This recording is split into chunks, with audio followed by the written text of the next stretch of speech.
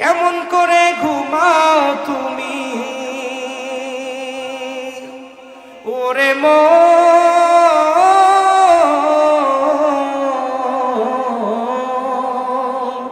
কেমন করে ঘুমাও তুমি ফজর করে কাজা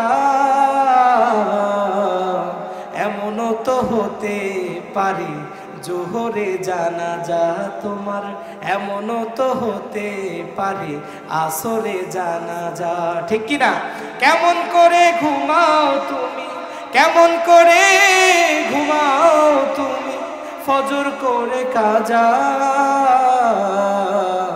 এমনও তো হতে পারে মাগরিবে জানাজা তোমার এমনও তো হতে পারে এশারে জানাজা মুসলিম হয় না জন্ম নিলেই মুসলমানের ঘরে কাফের মুমিন তফাৎটা হয় নামাজের উপরে মানুষ নামাজের উপরে ঠিক কি না মুসলিম হয় না জন্ম নিলেই মুসলমানের ঘরে কাফের মুমিন তফাৎটা হয় সালাতের উপরে মানুষ সালাতের উপরে এই জীবনে নামাজ যেন এই জীবনে নামাজ যেন হয় না তোমার কাজা এমনও তো হতে পারে জোহরে জানাজা তোমার এমনও তো হতে পারে আসরে জানাজা ঠিক কি না নামাজ কি মিস দিব আমরা কে কে এখন থেকে নামাজ পড়ার নিয়ত করেছে হাত জায়গায় নারায়ে তাকবীর নারায়ে তাকবীর আল্লাহু আকবার মুহাম্মাদের আকার কুফর কো মিটায়া कुफर को मिटा कर सदाकत को बताया बलगल औला बिकमालिही कशफत तुजा बिजमालिही हसनत जमीउ खिसालिही सल्लो अलैहि व आलिही मेरा दिल में मदीना है मेरा ख्वाब में मदीना मेरा दिल में मदीना है मेरा ख्वाब में मदीना मेरा आरज़ू मदीना है तमन्ना है मदीना मेरा आरज़ू मदीना है तमन्ना है मदीना दुनिया की सदाकत में तेरा नाम रहेगा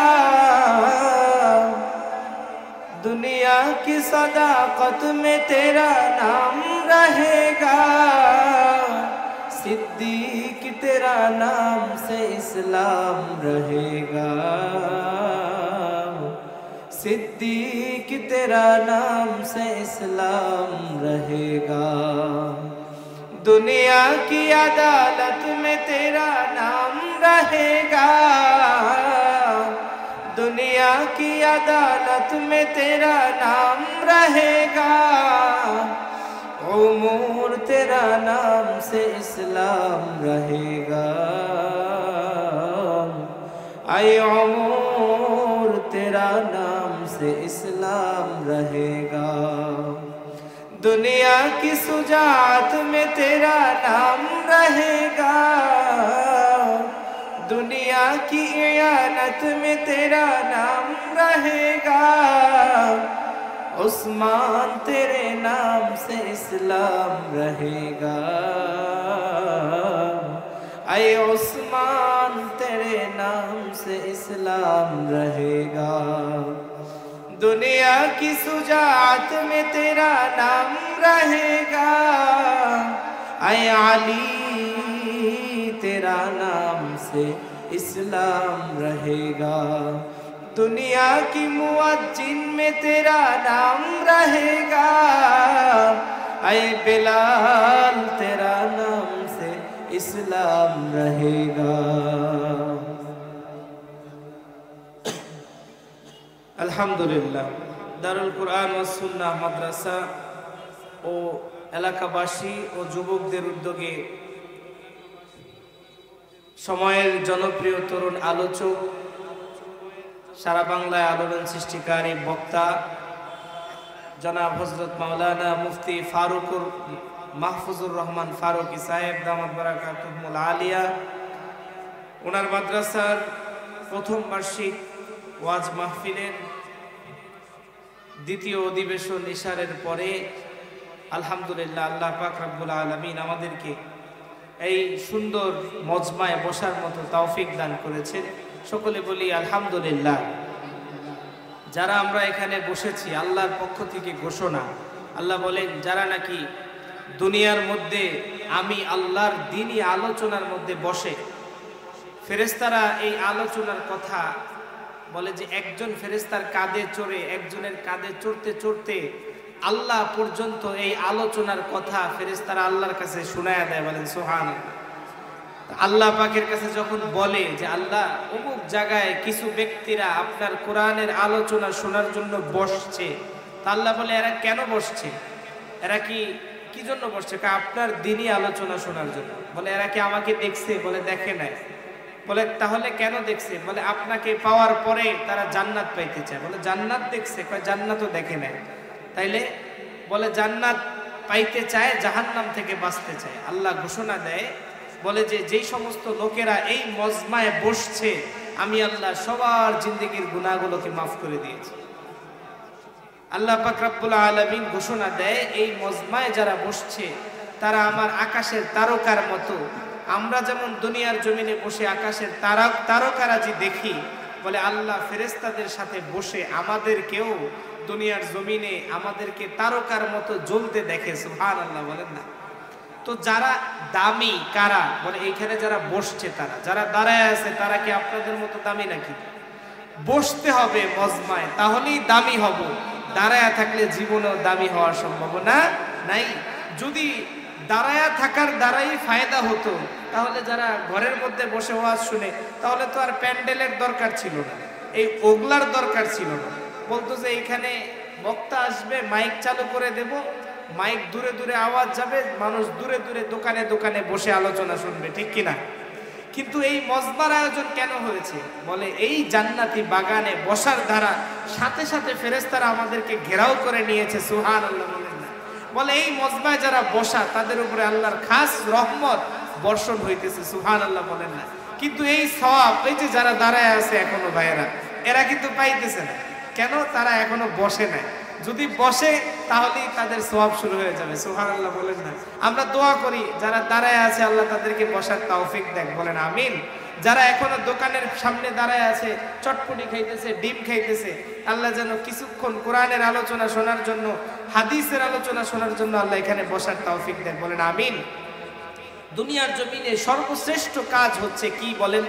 আল্লাহর ইবাদত। কি বলেন? কামাই করা, টাকা কামাই করা কি আল্লাহর ইবাদতের মধ্যে শামিল? বলে হ্যাঁ, তখনই শামিল যখন টাকা কামাই করে ওই টাকার বিনিময়ে কিছু খাওয়ার পরে আল্লাহর ইবাদত করবে, ঠিক কিনা? তাহলে এটা ইবাদত হয়ে যাবে। আর সার্বক্ষণিক আল্লাহ বলেন আমি বান্দাকে নিয়ামত দান করি, বান্দাকে সৃষ্টি করছি আমার ইবাদতের জন্য। ওমা খালাকতুল জিন্না ওয়াল ইনসা ইল্লা লিয়াবুদুন। মানব জাতি, জিন জাতিকে আমি আল্লাহ বানাইছি আমার ইবাদতের জন্য। কিসের জন্য বলেন? ইবাদতের জন্য। আর বিনিময়ে আমি বান্দাকে যেটা দেই সেটা হচ্ছে নিয়ামত। কি দেই বলেন? নিয়ামত দান করি।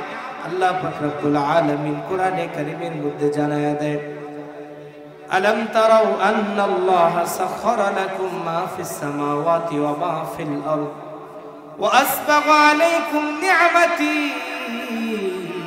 ওয়া আসবাগা আলাইকুম নি'মাতান যাহিরাতান ওয়া বাতিনা। এ দুনিয়ার ইমানদার আল্লাহর গোলাম, দুনিয়ার জমিনে তোমরা যেভাবে থাকো না কেন, সকাল থেকে সন্ধ্যা পর্যন্ত তোমার পা থেকে নিয়ে মাথা পর্যন্ত আমি আল্লাহর নিয়ামতের মধ্যে তুমি শামিল, ঠিক কিনা বলেন? আল্লাহ পাক রব্বুল আলামিন বলেন গোলাম আমি আল্লাহ ফজরের পর থেকে নিয়ে রাত্র পর্যন্ত তুমি যখন ঘুমাও সেই পর্যন্ত তুমি ঘুমানো অবস্থায় আমি আল্লাহর নিয়ামতের বাহিরে একটা মুহূর্ত তুমি দিতে পারবা না গোলাম। তোমার শ্বাস নিঃশ্বাস, প্রতিটা নিঃশ্বাস আমি আল্লাহর গোলামি, আমি আল্লাহর নেয়ামত, আমি আল্লাহ তোমাকে দান করি। এ বান্দা, আল্লাহর গোলাম, তোমার কাছ থেকে যদি 1 মিনিটের জন্য আমি আল্লাহ শ্বাসকে বন্ধ করে দেই, নিঃশ্বাসটাকে বন্ধ করে দেই, তাহলেই তুমি দুনিয়ার জমিনে 1 মুহূর্ত বাঁচতে পারবে না, ঠিক কিনা বলেন?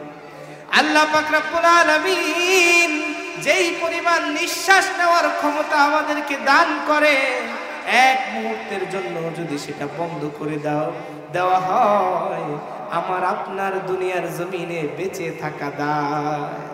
আল্লাহ পাক রব্বুল আলামিন এইটা কত বড় নিয়ামত।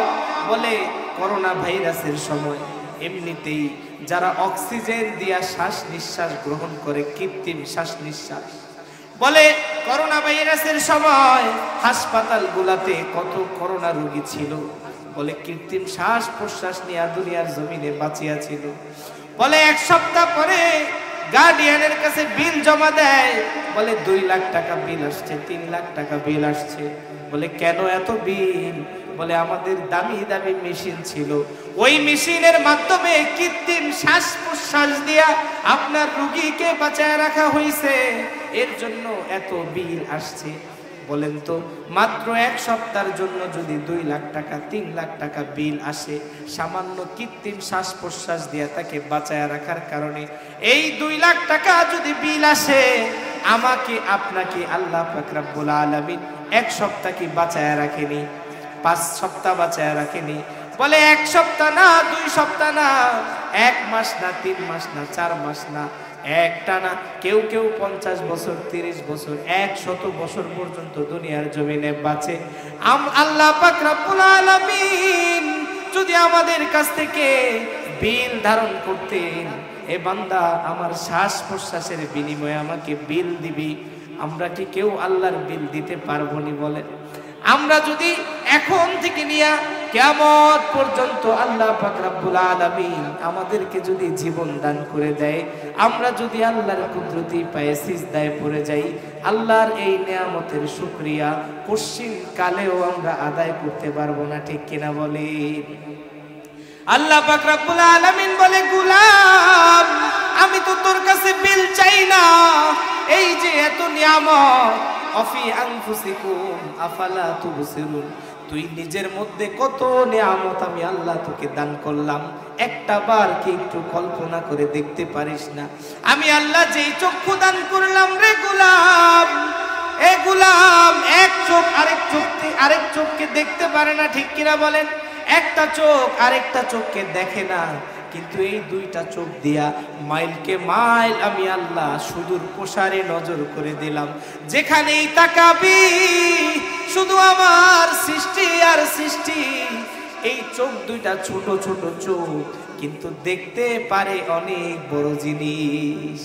এ গোলাম, একটাবার চিন্তা করিস না রে গোলাম, আমি আল্লাহ কত সুন্দর করে তোরে বানাইলাম, কত সুন্দর চেহারা আমি আকৃতি দান করলাম, আমি আল্লাহ সুন্দর পাখি বানাইলাম, পাখিরে আকল দেই নাই, জ্ঞান দেই নাই। আমি আল্লাহ এত সুন্দর জানোয়ার বানাইলাম, জানোয়ার রে বুদ্ধি দেই নাই। আমি জানোয়ার রে মানুষের মতো চলাফেরা করার শক্তি দেই নাই, কিন্তু আমি আল্লাহ মানুষগুলারে বানাইলাম আমি নিজ হাতে, কুদরতি হাতে আমি আল্লাহ মানুষের চেহারারে বানাইলাম, সুন্দর করে তোরে বানাইলাম রে গোলাম। একটাবার চিন্তা করে দেখ, আমি আল্লাহ কত আদর করে তোরে বানাইলাম, শুধুমাত্র আমি আল্লাহর ইবাদত করার জন্য। এত নিয়ামত আমি আল্লাহ তোকে দেই, বিনিময়ে গোলাম আর কিছু চাই না। যখন নাকি মুয়াজ্জিন তোকে ডাকে, হাইয়া আলাস সালাহ, হাইয়া আলাল ফালাহ, মুয়াজ্জিন নিজের ডাক ডাকে না রে গোলাম, আমি আল্লাহর আহ্বান, তোদেরকে আমার আল্লাহর পক্ষ থেকে সাড়া দেওয়ার জন্য মুয়াজ্জিন ডাকে। আমার ডাকটাই মুয়াজ্জিন ডাকে, হাইয়া আলাস সালাহ হাইয়া আলাল ফালাহ। আয় আয় গোলাম কল্যাণের দিকে আয়, আয় আয় গোলাম সফলতার দিকে আয়। এ গোলাম তুই যখন জিজ্ঞাসা করিস আসলে কি হবে, আমি আল্লাহ জানায়া দেই, যে ব্যক্তি মুয়াজ্জিনের ডাকে সাড়া দিয়া আমি আল্লাহর ইবাদত করার জন্য আসে, আমি আল্লাহ দুনিয়াতেও তাকে সফল করে দেই, আখিরাতেও আমি আল্লাহ তাদেরকে সফল করে দেই। বলেন সুবহানাল্লাহ। সুবহানাল্লাহ বললে কি পুলিশে ধরে নিয়ে আপনাদের এলাকায়? সুবহানাল্লাহ তো আসতে হয় কেন? না বাড়িতে গিয়া বলবেন? জোরে বলতে হবে সুবহানাল্লাহ।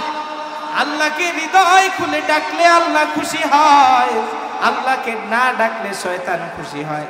আমরা গোলাম সারাদিন থাকি আল্লাহর নিয়ামতের মধ্যে আর খুশি করি শয়তান রে, ঠিক কিনা বলে? খুশি করতে হবে কাকে? জোরে বলেন কাকে? আল্লাহ। জোরে বলেন কাকে? আল্লাহকে খুশি করতে হবে গোলাম। আল্লাহ পাক রব্বুল আলামিন জানা দেয়, গোলাম তুই যখন আমি আল্লাহকে একটা সিজদা দাও, বলে আমি আল্লাহ এত খুশি হই, আকরাবু মা ইয়াকুনুল আবদু, আকরাবু মা ইয়াকুনুল আবদু আইয়াকুনা সাজিদান লিল্লাহ। আল্লাহ পাক রব্বুল আলামিন বলে গোলাম তুই যখন একটা সিজদা দিস আমার আর তোর মধ্যে কোনো পার্থক্য থাকে না। জোরে বলেন সুবহানাল্লাহ। এ বান্দা তুই যখন অপরাধীর মতো কানে হাত দিয়া দাঁড়াস, কান ধরস, আমার আল্লাহর সামনে যখন কানে হাত দেস, এইটা তোর গোলামি প্রকাশ করে। এ গোলাম তুই যখন অপরাধীর মতো হাতটাকে বাঁধিস, এইটা তোর গোলামি প্রকাশ করে। তুই যখন রুকুতে চাস তখনও তোর গোলামি প্রকাশ করে। সর্বশেষ পর্যায়ে যেই মাথা কারো সামনে তুই নত করিস না রে গোলাম, তোকে টাকা দিয়াও যে কপাল নোয়াইতে পারে না কেউ, ওই কপালটা যখন সর্বশেষ আমি আল্লাহর কুদরতি পায়ে লুটায়া দেশ, আমি আল্লাহ এত খুশি হই, আমি আল্লাহ বলি আমার আর বান্দার মধ্যে কোনো পার্থক্য নাই। বলেন সুবহানাল্লাহ। এই সালাত এমনিতেই আল্লাহ আমাদেরকে দান করে নাই।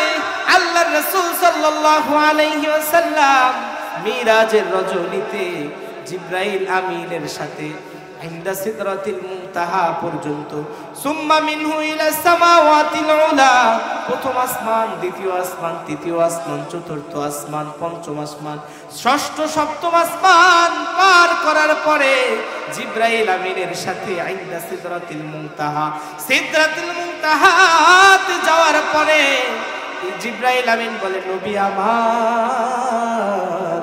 আমার আর উপরে যাওয়ার সুযোগ নাই, আমি যদি আর একটু উঠি আল্লাহ পাক রব্বুল আলামিনের নূরের তাজাল্লিতে আমার সব পরগুলা পুড়ে ছাই হয়ে যাবে। বলেন সুবহানাল্লাহ। আল্লাহর রাসূল বলে জিবরাইল এই পর্যন্ত আমাকে নিয়ে আসার পরে আমাকে একা রেখে তুমি চলে যাবা। জিবরাইল বলেন নবী, হে নবী আমার চিন্তা করার কোনো কারণ নাই, আল্লাহ পাক রব্বুল আলামিনের স্পেশাল মেহমান আপনি। আল্লাহ পাক রব্বুল আলামিন স্পেশাল বাহন পাঠাইয়া আপনাকে আল্লাহর সাথে স্পেশাল আলাপনের জন্য, কথা বলার জন্য আল্লাহর কাছে নিয়ে যাবেন। বলেন সুবহানাল্লাহ। আল্লাহ পাক রব্বুল আলামিন তার প্রিয় হাবিবকে স্পেশাল বাহনে করে আল্লাহর কাছে নিয়ে যাওয়ার পরে, সেইখানে যাওয়ার পরে নবীকে আল্লাহ জিজ্ঞাসা করে, নবী ও আমার হাবিব, আপনি তো আমার সাথে সাক্ষাতের জন্য আসলেন, দুনিয়ার জমিন থেকে আমার জন্য কি হাদিয়া নিয়ে আসছেন? আল্লাহর রাসূল সাল্লাল্লাহু আলাইহি ওয়াসাল্লাম সাথে সাথে বলে, আত-তাহিয়াতু লিল্লাহি ওয়াস-সালাওয়াতু ওয়াত-তাইয়্যিবাতু আসসালামু আলাইকা আইয়ুহান নবী। হে আমার মালিক, দুনিয়ার জমিন থেকে আমি আপনার জন্য উত্তম সানা, উত্তম প্রশংসা, উত্তম সালাত নিয়ে আসছি, নামাজ নিয়ে আসছি। আল্লাহ পাক রব্বুল আলামিন প্রিয় হাবিবের পুরস্কার হাদিয়ার কথা শুনে এমন পরিমাণ খুশি হয়েছে, সাথে সাথে বলে আসসালামু আলাইকা আইয়ুহান নাবিয়্যু ওয়া রাহমাতুল্লাহ। হে নবী আমার তরফ থেকে আপনার প্রতি সালাম। নবী আমার আল্লাহর পক্ষ থেকে সালাম পাওয়ার পরেও আল্লাহর পক্ষ থেকে এত সুন্দর আল্লাহর পক্ষ থেকে নিয়ামত পাওয়ার পরেও খুশি হয় নাই। সাথে সাথে আমার নবী বলেন, রব্বুল আলামিন আপনি তো আমাকে সালাম দিলেন, আমি এত খুশি হইলাম। আমার উম্মতরে আপনি কি দিলেন? আমারে তো সালাম দিলেন, দুনিয়ার জমিনে আমার উম্মতরে কি আপনি কিছুই দিবেন না? জোরে কোন সুবহানাল্লাহ। ওইখানে বসেও আমার নবী আপনাকে ভুলে নাই। কিয়ামতের দিন বান্দাগুলা যখন ছটফট করবে বিচারের আশায়, এই নবীর কাছে যাবে, বলবে ইয়া নফসি ইয়া নফসি। ওই নবীর কাছে যাবে, বলবে ইয়া নফসি ইয়া নফসি। সর্বশেষ আমার নবীর কাছে আসার পর নবী আমার সিজদায় পড়ে বলবে, ইন তুআযিবহুম ফাইন্নাহুম ইবাদুক ওয়া ইন তাগফির লাহুম ফাইন্নাকা আনতাল আজিজুল হাকীম।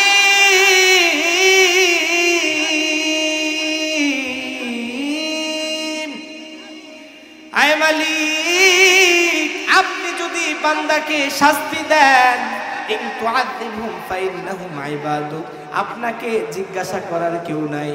ইন তুআযিবহুম ফাইন্নাহুম ইবাদুক ওয়া ইন তাগফির লাহুম ফাইন্নাকা আনতাল আজিজুল হাকীম।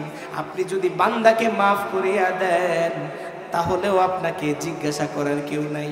ও দয়ার মালিক, আমার এতিম উম্মতগুলোরে আপনি maaf করিয়া দেন। বলেন সুবহানাল্লাহ।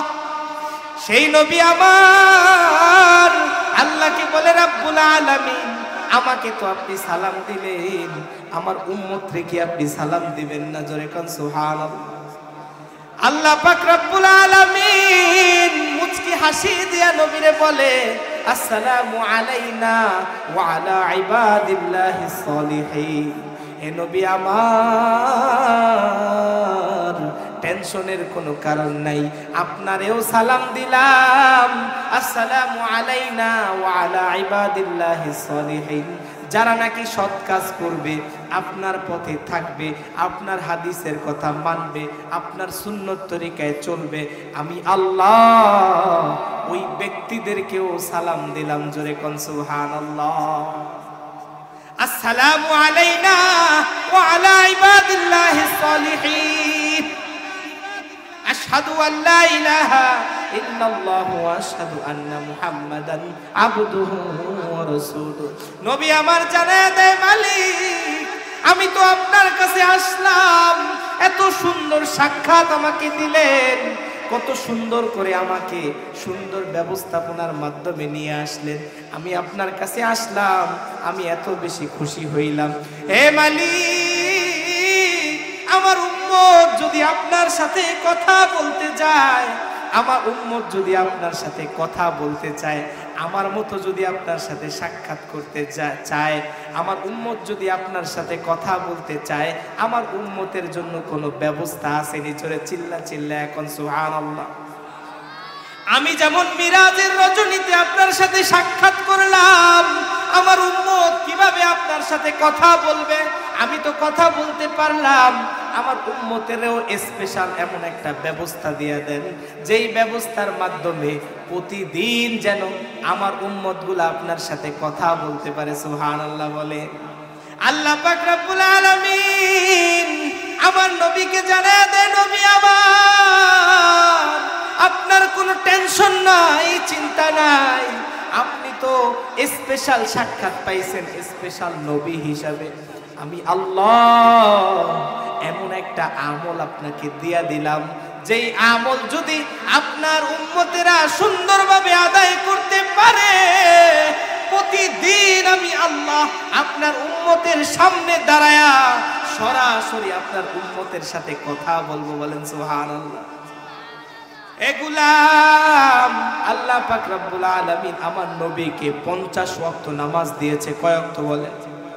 50 ওয়াক্ত নামাজ দিয়ে আমার নবী যখন আসমানে নামলো, হযরতে মূসা আলাইহিস সালাম জিজ্ঞাসা করে, নবী আমার আল্লাহ আপনাকে কি হাদিয়া দিস? বলে 50 ওয়াক্ত নামাজ দিছে। বলে তাড়াতাড়ি যান, আল্লাহকে যা বলেন আমি মুসার উম্মতরা এত শক্তিশালী থাকার পরেও যদি এত নামাজ আদায় করতে না পারে, আপনার উম্মত তো দুর্বল উম্মত, তারা 50 ওয়াক্ত নামাজ কিভাবে পড়বে? বলে তিনবার আল্লাহর কাছে পাঠায়া সর্বশেষ 5 ওয়াক্ত নামাজ আমার নবী নিয়ে আসছে। জোরে বলেন সুবহানাল্লাহ। বলে আমার নবী আল্লাহকে বলে না, মালিক, আগের সময়কার উম্মতেরা তারা তো অন্য নবীর উম্মত ছিল, কত বেশি নামাজ পড়ছে, এক একজনে 800 900 বছর হায়াত পাইছে, তারা তো অনেক বেশি নামাজ আদায় করেছে। মালিক, আমার উম্মত তো হায়াত পাবে মাত্র 30 40 50 60, গড়ে 160 বছর বা 100 বছর আমার উম্মত দুনিয়ার জমিনে বাঁচবে। তাহলে তো আমার উম্মত অন্য উম্মতের চাইতে পিছায়া যাবে। জান্নাতে যাওয়ার ক্ষেত্রে অন্য উম্মতেরা জান্নাতে চলে যাবে, আমার উম্মত কম নামাজ সময় পাওয়ার কারণে, কম ইবাদত করার কারণে সবার শেষে বুঝি জান্নাতে যাবে। আল্লাহ পাক রব্বুল আলামিন জানায় দেয়, নবী আমার চিন্তার কোনো কারণ নাই। আপনার উম্মত যদি গড়ে 60 বছর 50 বছরও বাঁচে, আপনার উম্মতের নামাজের পাওয়ার আমি আল্লাহ এমন ভাবে বাড়ায়া দিলাম, 50 বছর যদি তারা বাঁচে, 50 বছর যদি ইবাদত করে, অন্য অন্য নবীর 1000 বছর ইবাদতের চাইতেও উত্তম নেকি আমি আল্লাহ আপনার উম্মতকে দিয়ে দিলাম। সুবহানাল্লাহ। তো আস্তে আরো জোরে বলেন সুবহানাল্লাহ। হে নবী আমার, আপনার উম্মতের জন্য যে নামাজ আমি আল্লাহ দান করলাম, এই নামাজ যদি উম্মত সঠিক সময়ে পড়তে পারে, বান্দা যখন দাঁড়ায় বলে আলহামদুলিল্লাহি রাব্বিল আলামিন, বান্দা যখন দাঁড়ায় আল্লাহর সাথে সরাসরি কথা শুরু হয়ে যায়, বলেন সুবহানাল্লাহ। বলে প্রথমেই বান্দা আল্লাহর প্রশংসা দিয়া শুরু করে, আল্লাহ সাথে সাথে খুশি হয়ে যায়। বলে মুহাম্মদের উম্মত গুলা সর্বপ্রথম আমি আল্লাহর প্রশংসা দিয়া নামাজ শুরু করে, সুবহানাল্লাহ। আমি আল্লাহর সাথে কথা শুরু করে আলহামদুলিল্লাহি রাব্বিল আলামিন। সমস্ত প্রশংসা কার জন্য বলেন? সমস্ত প্রশংসা আমার আল্লাহর জন্য। আলহামদুলিল্লাহি রাব্বিল আলামিন আর রহমানির রহিম। তারপরে আল্লাহর প্রশংসা করে, মালিক আপনি চিরদয়াময়, দয়ালু দাতা মালিক, মালিক ইয়াউমিদ্দিন, আপনি বিচার দিবসের মালিক। ইয়াকা না'বুদু, আল্লাহর প্রশংসা করে বলি ইয়াকা না'বুদু, মালিক আমরা শুধু একমাত্র, আর কারো না দুনিয়ার জমিনে কারোই ইবাদত করি না। ইয়াকা না'বুদু, একমাত্র আপনার ইবাদত করি। ওয়া ইয়াকা নাস্তাইন, মালিক আর কারো সাহায্য চাই না, একমাত্র আপনার সাহায্য প্রার্থনা করি। ইহদিনাস সিরাতাল মুস্তাকিম, এত কিছু আপনার জন্য করি, বিনিময়ে চাই আপনি যেন আমাদেরকে সরল সঠিক পথে পরিচালিত করেন।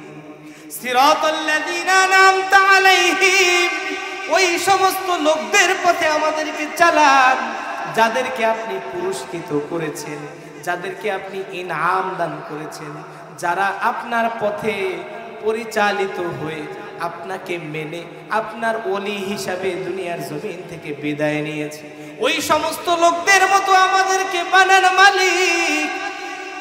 সিরাতাল্লাযীনা আন'আমতা আলাইহিম গায়রিল মাগদুবি আলাইহিম, ওই সমস্ত লোকদের পথে আমাদেরকে চালায়েন না যাদেরকে আপনি পথভ্রষ্ট করে দিয়েছেন, যাদেরকে আপনি যাদেরকে ধ্বংস করে দিয়েছেন, হালাক করে দিয়েছেন, ওই সমস্ত লোকদের পথে আমরা চলতে চাই না, ঠিক কিনা বলি?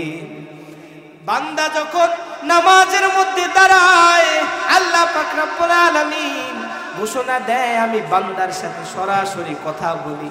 আল্লাহর রাসূল এত সুন্দর করে আমাদেরকে আল্লাহর কাছ থেকে নামাজ নিয়ে আসছে যেন আমরা আল্লাহর সাথে সরাসরি কথা বলতে পারি। সুবহানাল্লাহ। ওই দয়ার নবী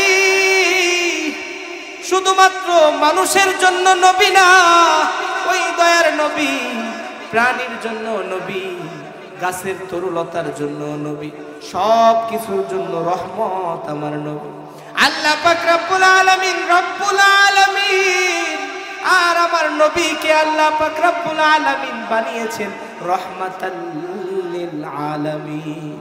আল্লাহ তামাম জগতের মালিক, আর আমার নবী তামাম জগতের রহমত। সুবহানাল্লাহ বলেন। এ আমার নবী কেমন রহমতের নবী জানো? বলে আল্লাহর নবীর জামানায় এক সাহাবী পাখির বাসা থেকে পাখির বাচ্চাগুলাকে নিয়ে যখন রওনা হয়, পাখিটা, বুড়া মা পাখিটা উড়াল দেয় আর চিৎকার করে বলে, রে জালেম, আমি সারাদিন কষ্ট করার পরে আমার বাচ্চাদের জন্য হালকা খাবার নিয়ে আসলাম, আমি আমার বাচ্চাদেরকে খাবার দেব, আমার বাচ্চাদেরকে নিয়ে তুই কোথায় রওনা হয়েছিস? এরে আমার বাচ্চাগুলারে দিয়া যা, নিস না, আমি মা পাখির সহ্য হয় না। সাহাবী তো পাখির কথা বোঝে না, পাখি উড়াল দেয়, চিৎকার চেঁচামেচি করে, বলে উড়াল দিয়া নবীর দরবারে চলে যায়।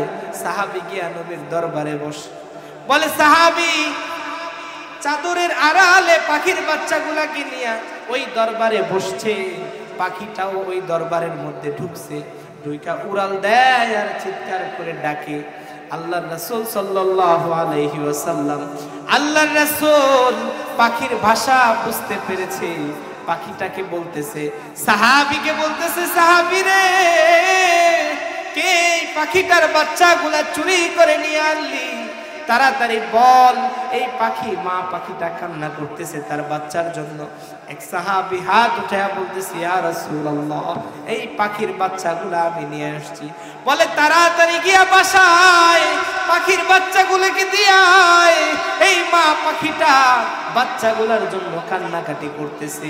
বলে মা পাখিটা তার বাচ্চার জন্য কেমন দরদ জানো? যেমন দরদ নাকি আল্লাহ তার বান্দাদের জন্য রাখেন। সুবহানাল্লাহ। তার বাচ্চা নিয়ে আসিস না দিয়ায়।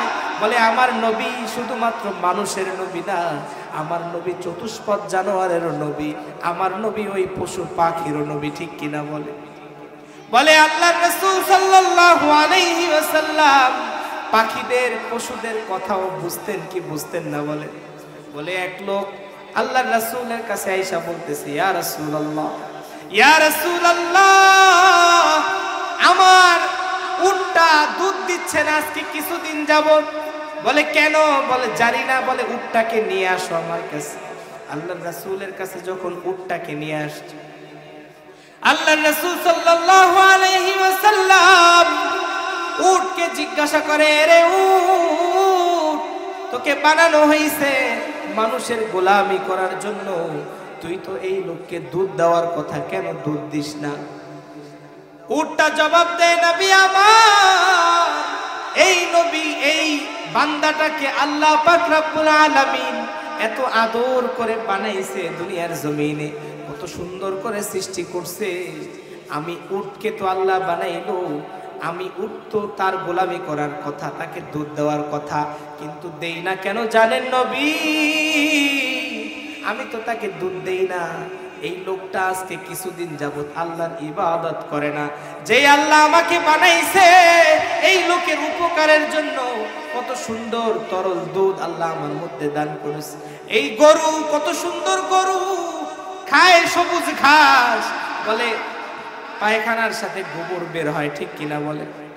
আল্লাহ বলেন, সুম ওয়াইন্না লাকুম ফিল আনআমি লাইবরা নুসকিকুম মিম্মা ফি বুতুনিহা শারাবুম মুখতালিফুন আলওয়ানুহু ফিহি শিফাউল লিন-নাস।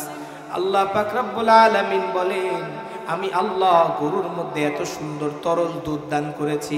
বলে গোবরটাকে আলাদা করে দিয়েছি, রক্তগুলাকে আলাদা করে দিয়েছি, গোবরও লাগে না, রক্তও লাগে না, মাঝখান থেকে, দুইটার মাঝখান থেকে কুদরতি মেশিন দিয়া আমি আল্লাহ সুন্দর তরল সাদা দুধ মানুষের জন্য আমি আল্লাহ বানায়া দিলাম, যেন মানুষ এটা খাওয়ার পরে শেফা অর্জন করতে পারে, শক্তি অর্জন করতে পারে। এইটাই আমি আল্লাহর নিয়ামত। বলেন সুবহানাল্লাহ। এটা কার নিয়ামত? গরু মানুষকে লাথি দেয় কি দেয় না দুধ না দিলে? দুধ দোয়াইতে গেলে লাথি দেয়, বলে গরু তো লাথি দেওয়ার কথা না, দেয় কারণ হচ্ছে একটা, আপনিও আল্লাহর গোলামি করেন না, গরু আপনার কথা শোনে না, ঠিক কিনা বলে? আপনি যদি আল্লাহর গোলামি করতেন, এই গরু আপনার কথা শুনতো, ঠিক কিনা বলে? আমি যখন ফজরের সময় ঘুমাই, আল্লাহ পাক রব্বুল আলামিনের পক্ষ থেকে আহ্বান করে কি করে না, কিন্তু আমি নাফরমান ঘুমায় থাকি। আল্লাহ বলেন খবরদার, আমি আল্লাহ নামাজ দিয়েছি একমাত্র ইবাদতের জন্যই বানাইছি, ইবাদত রাইখা যদি অন্য কাজ করো আমি আল্লাহকে নারাজি করা হবে, খবরদার আমি আল্লাহকে নারাজ করো না, ঠিক কিনা? তারপরেও কেমন করে ঘুমাও তুমি ওরে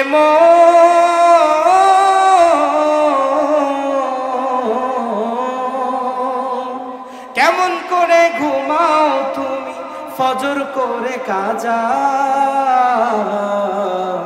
এমনও তো হতে পারে জোহরে জানাজা তোমার, এমনও তো হতে পারে আসরে জানাজা, ঠিক কিনা? কেমন করে ঘুমাও তুমি, কেমন করে ঘুমাও তুমি ফজর করে কাজা, এমনও তো হতে পারে মাগরিবে জানাজা তোমার, এমনও তো হতে পারে এশারে জানাজা। মুসলিম হয় না জন্ম নিলেই মুসলমানের ঘরে, কাফের মুমিন তফাৎটা হয় নামাজের উপরে, মানুষ নামাজের উপরে, ঠিক কিনা? মুসলিম হয় না জন্ম নিলেই মুসলমানের ঘরে, কাফের মুমিন তফাৎটা হয় সালাতের উপরে, মানুষ সালাতের উপরে। এই জীবনে নামাজ যেন, এই জীবনে নামাজ যেন হয় না তোমার কাজা, এমনও তো হতে পারে জোহরে জানাজা তোমার, এমনও তো হতে পারে আসরে জানাজা, ঠিক কিনা? নামাজ কি মিস দিব আমরা? কে কে এখন থেকে নামাজ পড়ার নিয়ত করেছি হাত জায়গায়? নারায়ে তাকবীর, নারায়ে তাকবীর, আল্লাহু আকবার। আল্লাহ পাক রব্বুল আলামিন আমাদেরকে 5 ওয়াক্ত নামাজ পড়ার তৌফিক দান করুক, আল্লাহর সাথে সরাসরি কথা বলার মতো তৌফিক দান করুন, আমিন।